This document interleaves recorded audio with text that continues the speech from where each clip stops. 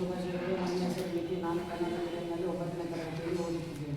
ಇಂದು ನಾವು ಮಾನವ ಮೆದುಳಿನ ಬಗ್ಗೆ ಪ್ರಾಜೆಕ್ಟ್ ನಮಗೆ ಆ ಮಾಡಲು ಕೊಟ್ಟಿದ್ದಾರೆ. ನಾವು ಅದರ ಬಗ್ಗೆ ಎಕ್ಸ್ಪ್ಲೇನ್ ಮಾಡ್ತಿದ್ದೀವಿ. ಮಾನವನ ಮೆದುಳು ನಮ್ಮ ದೇಹದ ಅಂಗದ ಒಂದಾಗಿರ್ತಕ್ಕಂಥ ಮಾನವನ ಮೆದುಳು. ಇದು ದೇಹದ ಚಲನವಲನಗಳು ಮತ್ತು ಎಲ್ಲ ಕಾರ್ಯಗಳನ್ನು ಕೂಡ ಅಂದರೆ ದೇಹದಲ್ಲಿ ನಡೀತಕ್ಕಂಥ ಎಲ್ಲ ಕಾರ್ಯ ಅಂದರೆ ನಾವು ಈಗ ಚಲನೆ ಮಾಡ್ತೀವಿ. ಹೇಗೆ ಚಲನೆ ನಮ್ಗೆ ಏನಾಗಬೇಕು ಹೋದಾಗ ಚಲನೆ ಮಾಡ್ತೀವಲ್ಲ ಅಂತ ನಮ್ಗೆ ಏನು ಬೇಕಂತ ತಿಳಿಸೋದೇನಂದರೆ ಮೆದುಳು.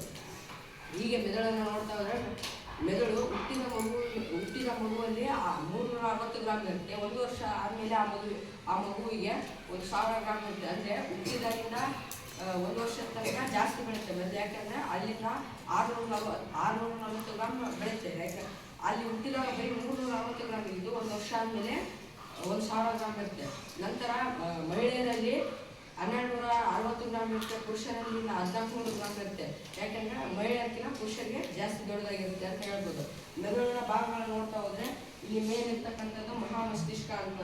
ಈ ಮೇಲಿರ್ತಕ್ಕಂಥದ್ದು ಮಹಾಮಸ್ತಿಷ್ಕ. ಇದು ಮೆದುಳಿನ ಅತಿ ದೊಡ್ಡ ಭಾಗ. ಕಿರಿಮೆದುಳು ಅಂತ ಬರುತ್ತೆ. ಇಲ್ಲಿ ಕಿರಿಮೆದುಳು ಅಂದರೆ ಆ ಕಡೆ ಇದೆ, ಇಲ್ಲಿದೆ. ಮಧ್ಯ ಮೆದುಳು ಅಂತಲೂ ಬರುತ್ತೆ. ಇಲ್ಲಿ ಮಧ್ಯ ಮೆದುಳು ಅಂತ ಇರುತ್ತೆ, ಇಲ್ಲಿ ಮಧ್ಯ ಮೆದುಳು ಅಂತಲೂ ಇರುತ್ತೆ. ಅದಾದಮೇಲೆ ಮೆದುಳು ಕಾಂಡ, ಇಲ್ಲಿ ಮೆದುಳು ಕಾಂಡ ಅಂತಲೂ ಬರುತ್ತೆ. ಇದರಲ್ಲಿರ್ತಕ್ಕಂಥ ಭಾಗಗಳು ನೋಡಿದ್ವಿ. ಈಗ ಹೇಳ್ಬೇಕಂದ್ರೆ ಮೆದುಳು ನಮ್ಮ ದೇಹದಲ್ಲಿ ಎಷ್ಟು ದಿನ ಗಾಳಿ ಇರಲಾರ್ದೆ, ಎಷ್ಟು ನಿಮಿಷಗಳ ಕಾಲ ಗಾಳಿ ಇರಲಾರ್ದೆ ಬದುಕುತ್ತೆ ಅಂದರೆ ಕೆಲಸ ಮಾಡುತ್ತೆ ಅಂದರೆ 5 ರಿಂದ 10 ನಿಮಿಷ. ಯಾಕಂದರೆ ಅವ್ರವ್ರ ಕೆಪಾಸಿಟಿ ಮೇಲೆ ಡಿಪೆಂಡ್ ಆಗಿರುತ್ತೆ, ಅವ್ರವ್ರ ಬ್ರೈನ್ ಎಷ್ಟಿರುತ್ತೆ ಅಂತ.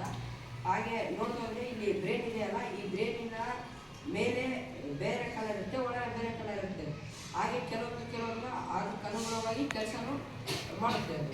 ಹಾಗೆ ಮುಂದೆ ಬ್ರೈನು ಮಾನವನ ದೇಹದಲ್ಲಿರ್ತಕ್ಕಂಥ ನರಗಳಿಗೆಲ್ಲ ಅಟ್ಯಾಚ್ ಆಗಿರುತ್ತೆ. ಯಾಕಂದರೆ ಇಲ್ಲಿ ಮಧ್ಯ ಮೆದುಳು ಇದೆ ಅಲ್ಲ, ಈ ಭಾಗ ಏನಂದರೆ ಮಾನವನ ಮೆದುಳನ್ನು ದೇಹಕ್ಕೆ ಅಂಟಿಸಿದೆ. ಹೇಗೆಂದರೆ ಇಲ್ಲಿಂದ ಇಲ್ಲಿ ಇದ್ದಾಗ ಇದು ಕೆಳಗೆ ನರಗಳನ್ನು ಜೋಡಿಸುತ್ತೆ. ನಂತರ ಬ್ರೈನ್, ಮಾನವನ ಬ್ರೈನ್ ಊಟ ಇರಲಾರ್ದ 20 ದಿನ ಕೆಲಸ ಮಾಡುತ್ತೆ. ನೀರಿರಲಾರ್ದ 11 ದಿನ, ಅಥವಾ ಆಕ್ಸಿಜನ್ ಇರಲಾರ್ದ 5 ರಿಂದ 10 ನಿಮಿಷ ಅಂತ ಹೇಳಿದೆ. ಈಗ ನೆಕ್ಸ್ಟ್ ಬ್ರೈನ್ ಕೆಲಸ, ಮುಖ್ಯ ಕೆಲಸಗಳು ಯಾವುವು ಅಂದರೆ ನಮ್ಮ ಜೈವಿಕ ಚಕ್ರವನ್ನು ನಿಯಂತ್ರಣ ಮಾಡುತ್ತೆ. ಜೈವಿಕ ಚಕ್ರ ಅಂದರೆ ಈಗ ಜೈವಿಕ ಚಕ್ರ ಅಂದರೆ ನಾವು ದಿನಾಗಲೂ ಏನು ಮಾಡ್ತೀವಿ, ದೈನಂದಿನ ಕಾರ್ಯಗಳು. ಮತ್ತು ನಿದ್ರೆ ಚಕ್ರ, ನಾವು ಏನೇನು ಮಾಡ್ತೀವಿ ಏನೇನಿಲ್ಲ ಅಂತ. ಥಾಲಮಸ್ ಮತ್ತು ಹೈಪೋಥಾಲಮಸ್ ಅಂತ ಬರುತ್ತೆ. ಹೈಪೋಥಾಲಮಸ್ನಲ್ಲಿ ಮನುಷ್ಯನ ದೇಹದ ತಾಪಮಾನ ಮತ್ತು ಬಾಯಾರಿಕೆ. ಮನುಷ್ಯನ ದೇಹದ ತಾಪಮಾನ ಅಂದರೆ 35 ಡಿಗ್ರಿ ಸೆಲ್ಸಿಯಸ್ ಇದ್ದಿದ್ದು ನಮ್ಮ ಬಾಡಿ ತಾಪಮಾನ ಇವತ್ತು ಎಷ್ಟಿರುತ್ತೆ, 36 ಡಿಗ್ರಿ ಸೆಲ್ಸಿಯಸ್ವರೆಗೂ ಹೋಗಿರುತ್ತೆ. ಯಾಕಂದರೆ ಅದು ಮೆದುಳು ಇವತ್ತು ಈ ಬಾಡಿಗೆ ಇಷ್ಟೇ ಬೇಕು, ಇಷ್ಟೇ ಅಂತ ಎಲ್ಲ ದೇಹಕ್ಕೆ ನರಗಳಿಗೆ ಸಂದೇಶವನ್ನು ರವಾನಿಸುತ್ತೆ. ಹೀಗೆ ಮೆದುಳು ಪ್ರತಿಯೊಂದು ಕಾರ್ಯಗಳು ಏನಂದರೆ ಮೆದುಳಿನ ಸಣ್ಣ ಕಾರ್ಯಗಳು ಆಗಿರ್ಬೋದು, ಏನೇ ಆಗಿರ್ಬೋದು, ನಮಗೆ ಸ್ಪರ್ಶ ಮಾಡಿದಾಗ ಗೊತ್ತಾಗುವಂಥ ಎಚ್ಚರಿಕೆ ಇರುತ್ತೆ.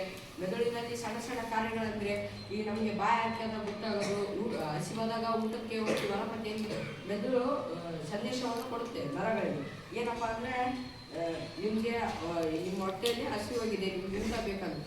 ಅದೇ ರೀತಿ ನಮಗೆ ಏನಾದರೂ ಇವಾಗ ಯಾವುದಾದ್ರೂ ಒಂದು ಡ್ಯಾನ್ಸ್ ಮಾಡಿರ್ತೀವಿ, ಅದರಲ್ಲಿ ಎಷ್ಟಂದರೆ ಸ್ಟೆಪ್ಸ್ ಹೇಳ್ಕೊಟ್ಟಿರ್ತಾರೆ. ಆ ಸ್ಟೆಪ್ಸ್ ಹೆಂಗೆ ನೆನಪಿರ್ತವೆ ಅಂದರೆ ಈ ಮೆದುಳಿನ ಮೂಲಕನೇ. ಯಾಕಂದರೆ ಮೆದುಳಿನಲ್ಲಿ ಕೆಲವೊಂದು ಭಾಗಗಳು ನೀವು ದಿನ ಏನು ನೋಡಿರ್ತೀರಿ, ಯಾವ ಚಿತ್ರವನ್ನು ನೋಡಿರ್ತೀರಿ, ಏನು ಮಾಡಿರ್ತೀರಿ ಎಲ್ಲವನ್ನು ನೆನಪು ಸಂಗ್ರಹಿಸುತ್ತೆ.